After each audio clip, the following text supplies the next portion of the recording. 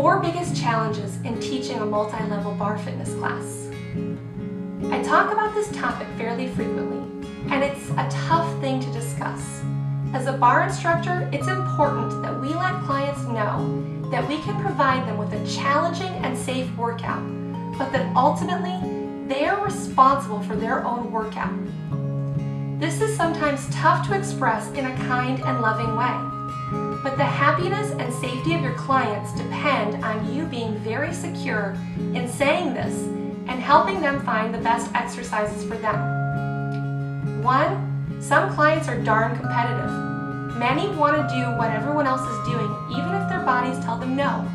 I've had some clients tell me that they've had multiple knee surgeries and that their knees still bothering them, but yet they don't want to use the modification and not do what everyone else is doing. Our bodies are amazing, but our knees and backs are very fragile. Encourage the clients that it's never worth doing more than their body can handle. If they hurt themselves, they may be out for months to years. But if they take care of their body, they can live a long, healthy, active life. Some clients are afraid to speak up.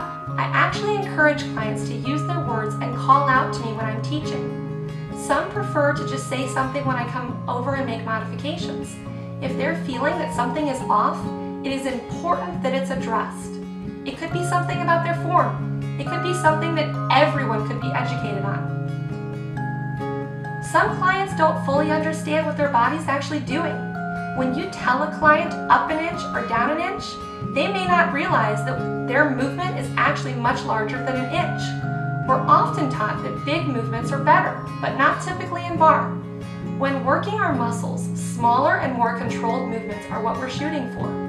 Another thing is to notice what dancers do in barre. When you describe a parallel stance to a dancer, that often makes them feel pigeon-toed or internally rotated through the hips. This is due to the fact that they often spend much of their time in external rotation or turnout. So just going and touching their hip or moving their feet and describing what muscle group you're targeting will help them better understand the adjustments. If a client is saying class isn't really hard enough, really encourage them to look at their form. Years later, I can still be the first one to shake in a barre class. Why? Because I know how to engage my muscles and target what we're trying to work. The less momentum that's used and the more muscles that are engaged, the more clients will get from each exercise.